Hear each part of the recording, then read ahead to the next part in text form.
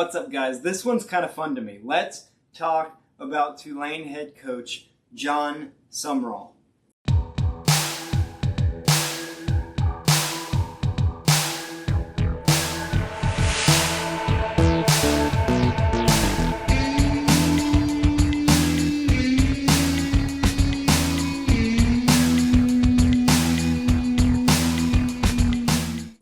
Before I get too into it, I have recorded the last couple videos from a different location. We're in my living room. I'm actually getting ready to move, so there's stuff everywhere. So the normal podcast room is in shambles right now as we're getting ready to move stuff around.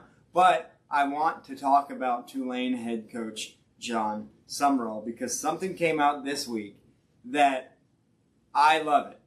A lot of you might not, but I love it. And that is, after Saturday's win against Florida Atlantic, Tulane is now 8-2 on the season and sits at number 24 in both the AP poll and the college football playoff rankings. But because of the way that the college football playoff is structured, if the season ended today, Tulane would be in the picture and would be slated to play a matchup against Texas Tech.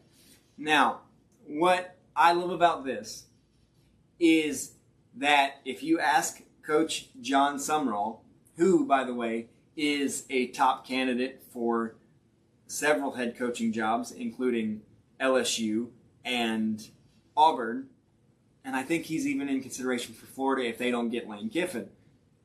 If you ask Coach Jon Sumrall, Tulane sucks. Then this is what I love. During an interview following their victory, and I'm going to read directly his statement. He said, "There's some days I feel we're in the bottom 25 teams in the country watching us play."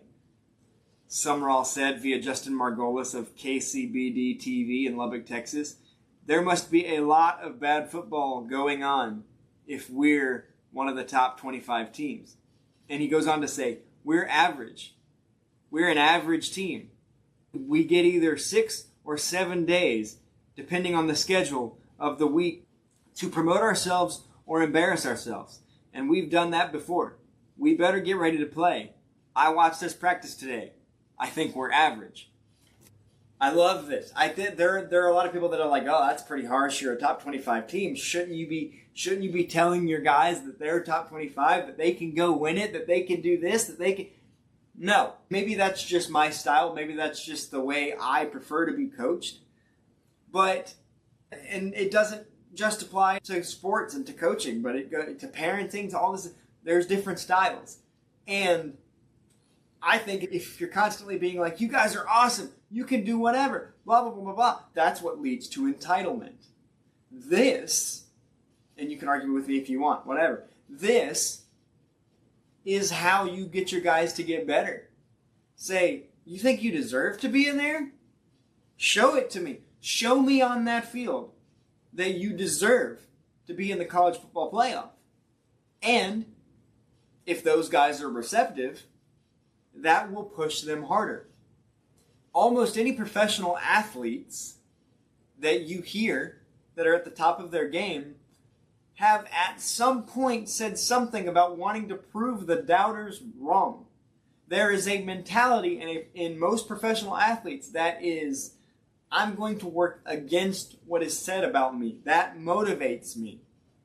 Because if you're out here and you're being told everything is awesome, like, that's not motivation to work harder than the day before. That's motivation to, at best, do the same. But more than likely, you're going to say, "Oh, we're in good shape. We can coast. We could take this quarter and play at half speed. We could take this practice day and just kind of coast, whatever." So, regardless of how you feel about coaching styles and that kind of thing, I love to hear this from Jon Sumrall. Because he's saying, they tell us that we're in the playoff, but I'm not satisfied with that. 8-2 is not good enough. From this interview alone, I can see why Sumrall is a candidate for a lot of these SEC jobs. Because this kind of the mentality you have to succeed in the big boy conferences.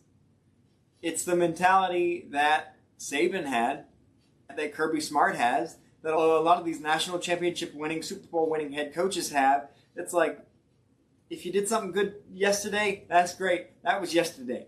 That's the same mentality here. It's the same mentality that Kobe Bryant had when they won the Western Conference Finals, and he said, job's not finished. To Jon Sumrall, the job's not finished, and what he's seeing on the field is not reflecting what the college football projections are telling his team. And he's just being real with these guys. He's not going in here being y'all are being disrespected, because then that can lead to arrogance, and arrogance leads to bad mistakes. The whole thing. If you go in thinking you're unstoppable with a sense of arrogance, you're going to mess up, because you're going to think you're untouchable. And when you think you're untouchable, that's when you get beat up. And so I think he's going about this the right way. He's looking at the product on the field. He knows it's not good enough, and he's not sugarcoating it to the media. And I would be willing to bet he's saying the exact same thing to his players in practice. Saying, that was not good enough. You're in the college football playoff if the season ended today, but if you keep playing like this, you won't be there for long, if you get there at all. I love this. It's the same reason I loved Curt Cignetti at Indiana, one of the first interviews that he gave. He doesn't care. He's going to tell you what he thinks.